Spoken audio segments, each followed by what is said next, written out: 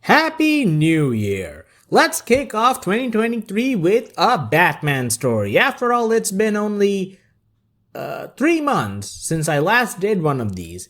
This time, I'll focus on the not so well known sequel to the famous story The Long Halloween Dark Victory, brought to us by the same creative team. I'm not a huge fan of sequels, but this one does a lot right. It builds on the story established by its predecessor and doesn't undermine it while doing so. Looking at you, sequels to Deceased. The plot includes a follow-up of what happens to Harvey Dent as he becomes Two-Face, a new serial killer, this one targeting police officers, called the Hangman. It also shows how the Falcone family tries to hold on to its power in the rise of superpowered crime, and introduces Dick Grayson and shows him becoming Robin. I don't know whether this story is better than its predecessor, but Christian Bale said it was his favorite story, so there you go. I will say that The Long Halloween has inspired countless adaptations, so it might feel a bit stale to someone reading it after being exposed to those first. So Dark Factory does have a certain freshness to it. So, let's dive into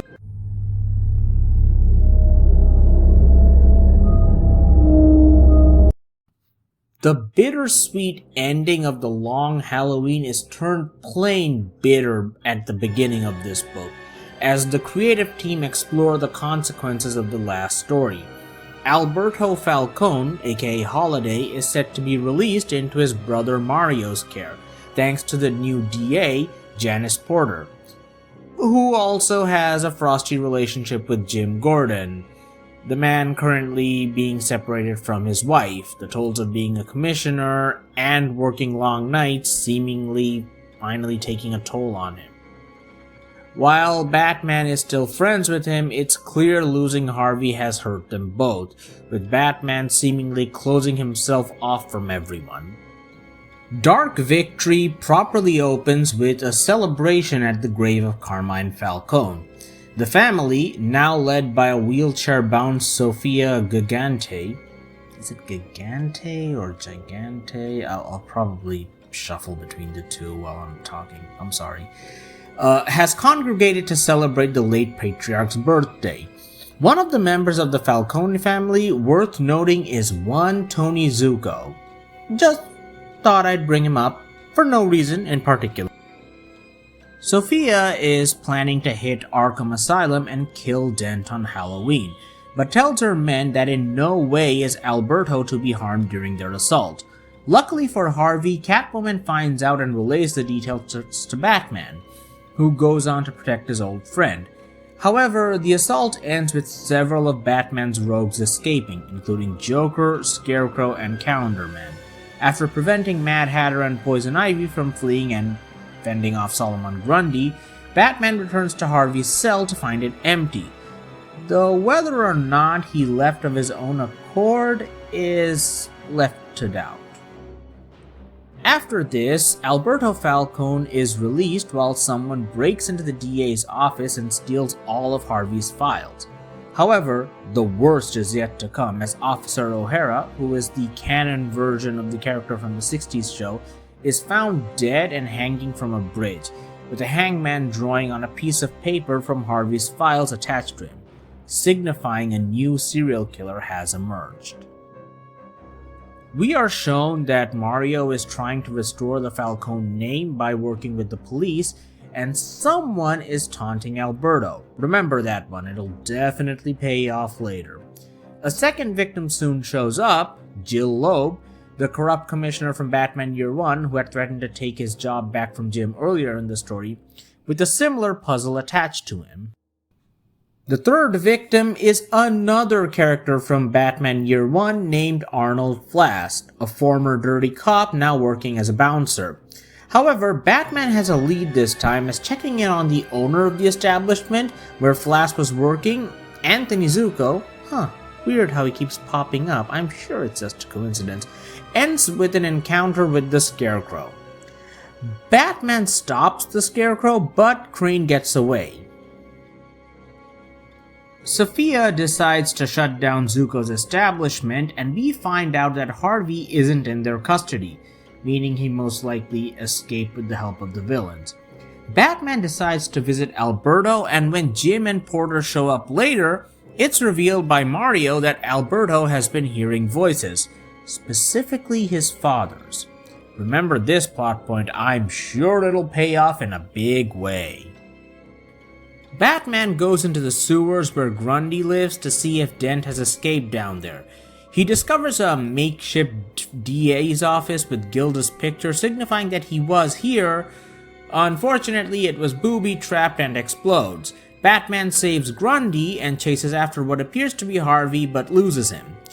Interestingly, Janice Porter is confronted by someone who is all wet and makes out with him. So yeah, as of now, that's 3 things to keep tabs on. Oh yeah, there's a serial killer as well, so 4 things. The new serial killer called the Hangman claims another victim from Batman Year 1. It feels like they're doing house cleaning at this point. The former Special Weapons Unit head called Brandon. Finally, having had enough, Jim Gordon decides to put together a special task force consisting of officers handpicked by Chief O'Hara, which kind of acts like a precursor to the excellent comic Gotham Central. Check that one out. Batman goes after another potential victim, Frank Platt, who, as you may have guessed, was a character from Year 1. Specifically the dude who tried to shoot a cat and got thrown through a window by Batman.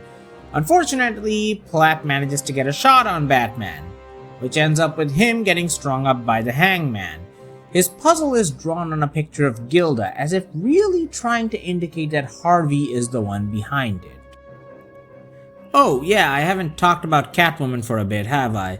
Well, Carmine Falcone's body goes missing from his grave, Selina offers to find it for a price, and nearly ends up immolated as a result. She then leaves the story for now. Okay, that should do it. We do finally get some answers, as it's revealed that Janice Porter is indeed working with Harvey in more ways than one, as she gives him the lowdown on Gordon's new crew. In slightly happier news, Jim's wife and kid have returned, so that's nice. Another Frank Miller creation, Merkel, becomes the 6th victim as Gordon's crew engage Batman while they're both investigating the body. Meanwhile, Joker confronts Two-Face and Harvey beats him up as payment for what he did in The Long Halloween. Harvey then conducts a mock trial that involves a bunch of Batman villains, with Calendar Man as the accused. After a little back and forth, during which the villains point out that Harvey Dent being the Hangman would be a bit too obvious, Calendar Man suggests that Two-Face ask Harvey about it. But he should be quick, as it's April Fool's. Oh yeah, the Hangman has also been following a holiday motif, but honestly it doesn't factor into the plot too much. Alberto is given a weapon like the one used by the holiday carrier by the mysterious voice, and Jim Gordon is attacked by what appears to be the Hangman, who is revealed to be Two-Face. Except as Jim points out to Batman, Harvey was the one who cut him down, so he really couldn't be the Hangman. Before leaving, Harvey gives him a file containing the arrest record of Mario Falcone, which was handled by several of the victims. Now, by this point, some of you are probably going, hey, I thought Robin was supposed to be a part of this story. Well, I've heard more about Mario Falcone and Janice Porter and Anthony Zuko than I have about Robin so far. Funny you should mention that last name, hypothetical viewer, because it appears that Zuko has a new way of shifting merchandise, and it involves a certain circus. Meanwhile, the Joker has started shooting up Falcone-owned establishments on Mother's Day, with Batman and Gordon uncovering that not only did he escape using the sewer system, all the villains are working together. After his attack, one of Gordon's crew was assigned to be his bodyguard. Unfortunately, he is the Hangman's next victim. The Joker is finally stopped while trying to assassinate Sophia, though he does note that she's not as immobile as she lets on. Zuko threatens the owner of Haley's Circus, noting that the lives of his star attractions, the Flying Graysons, would be at risk. Alfred suggests that Bruce go to Haley's Circus, for which he had 2 tickets, and yes, after over 60% of the story playing out, we are introduced to Dick Grayson. We wisely don't spend too much time on the death of his parents, as most fans are probably familiar with his origin. Instead, we are given a few scenes for context. Dick watches his parents fall, Bruce is in the audience and ultimately makes the decision to adopt him, and we properly cut back to the story with Alfred and Dick as they interact. It's kind of sweet, as Alfred decides to do his best to make the young lad feel less alone, something he regrets not doing with Bruce. Probably should have not repeated the exact images in black and white to hammer it home though. Meanwhile, another of Gordon's crew bites it, causing Gordon to take the rest of them down into the sewers on the 4th of July to hunt Dent out of desperation. And he loses another one of his crew to the Hangman, but he does manage to arrest Harvey. Also, Dick has been going out to the circus trying to find answers, and I do like that while Bruce's interactions with him aren't overly friendly, both as Bruce and as Batman, their relationship isn't exactly terrible, with Bruce even confirming Dick's suspicions that his parents were indeed murdered. Eventually, Bruce decides to take a chance on the young boy, something he regretted not doing with Harvey in the last story, and reveals his identity to him. Harvey's trial is set on the anniversary of the day he became Two-Face. For some reason, it's probably symbolic or something. And Batman takes Dick to confront Zuko. However, while being chased, Zuko has a heart attack and dies. It's the secret identity curse, I guess. We see the voice haunting Alberto is telling him to take his place as the head of the 5 families by killing Sophia, and it's revealed that Mario is working with Janice Porter, which was also not so subtly foreshadowed. Two-Face represents himself at his trial, which I'm sure is not at all legal, but it doesn't matter, as Mr. Freeze, Poison Ivy, and Solomon Grundy break into the courtroom, steal all the evidence, and help Two-Face escape. And another one of Gordon's crew members bites it, leaving only one. As we move into the penultimate issue, we open with a literal bang as Janice Porter is shot dead by Two-Face, who apparently only used her to get his hands on the evidence. Batman manages to discover the connection between Porter and Harvey. He was her professor at Gotham University, as if their relationship didn't need to be any more skeevier. Ugh. And Porter's body is dumped on Alberto's bed. The voice tells him nobody would believe it wasn't him, and tries to goad Alberto into committing suicide, but Alberto knows that his father would never suggest that, and it's revealed that the Calendar Man was behind the voices. At least he's a bit more active in this story. Not that it helps him much, since Alberto beats the crap out of him and leaves him unconscious. Batman and Gordon realize that Harvey was using all the villains to frame Holiday. While going over the clues in the Batcave, Dick points out that the first puzzle, whose answer Bruce and Alfred thought meant none of you are safe, actually was 9 of you are safe, indicating the 9 heads of the various crime families in Gotham.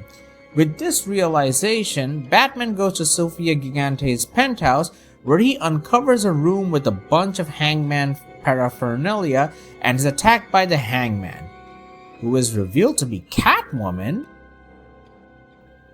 Nah, she saves him from getting hanged to death. If you want to know what she was doing all this time, that's a different story. No, seriously, it's called Catwoman When in Rome. She does give Batman some useful info though. In the last story, she and Sophia went tumbling out the window, causing Catwoman to scratch the right side of her face. but if you go back and check the scars, they have been on the left side of her face the entire story. With the help of the stolen evidence, Two-Face and his gang set about killing the heads of the crime families, with only the Falcones being left. So much for being safe.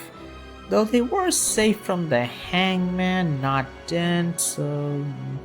As for the Falcone siblings, Mario seeks asylum while Alberto is killed off by Sofia.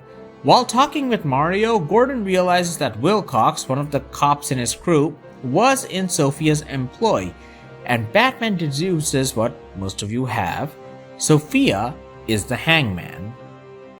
Sofia sets off a bunch of explosions in the sewers and confronts Harvey, revealing that she was perfectly capable of walking the entire time. Her motivations as the Hangman: kill everyone who worked with Harvey Dent when he was the DA and then kill him to tarnish what little reputation he had left. She included Gordon's crew as well, since they were brought together to stop the Hangman killings, even killing the one in her employ who was her last victim. Batman saves Harvey from her, and Dent puts the bullet in her head. The remainder of Harvey's crew, Ivy, Freeze, Joker, Grundy, and Harvey himself, end up at an electrified grate while trying to escape from the fires, and Batman. Dent uses Grundy to open the grate, killing him in the process and ending up in the Batcave, though they haven't realized it yet. However, there's a certain boy wonder waiting for them and striking from the shadows, taking out Freeze and Ivy by himself before showing up in his full Robin outfit for the first time. Batman and Robin then fight Joker and Two-Face in the Batcave, which really reminds me of that fake AI generated script bouncing around the internet, and Joker then shoots Harvey. Yup, even in a Two-Face story, nobody upstages the Joker, who falls down a cliff, and then Dick knocks the Joker out. The story wraps up what little threads it had left, in a manner much better than The Long Halloween, to be honest. Batman muses that while Sofia was out to destroy Harvey's reputation, Harvey's actions as Two-Face had already done that for him. Mario destroys the Falcone estate, and Catwoman visits the empty grave of Carmine Falcone. It was revealed by the end of the story that Two-Face was the one who stole it, and still has it, where she reveals that she is Falcone's illegitimate daughter. Gordon decides to work with Lopez, the surviving member of his task force, to create the Major Crimes Unit, and Batman indoctrinates a young child into the violent world of crime fighting. The end!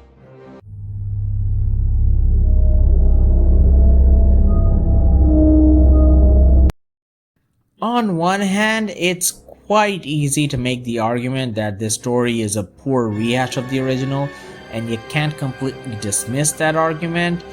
The whole thing revolves around a serial killer with a gimmick that goes around killing on holidays, except this one kills cops, not members of the Mafia, who were all characters from Batman Year One. The Long Halloween ends with the Freaks essentially running crime in Gotham as opposed to the Mafia, and we get another rehash of that kills off another set of gangsters just to drive that fact home. However, in The Long Halloween, it's clear that even the creative team could not quite decide who the killer was by the end. In Dark Victory, there are hints and clues to the killer's identity that an eagle-eyed reader might be able to catch on to as early as the first issue, and like in any proper crime drama, they are rewarded for it. So it's a much better mystery story.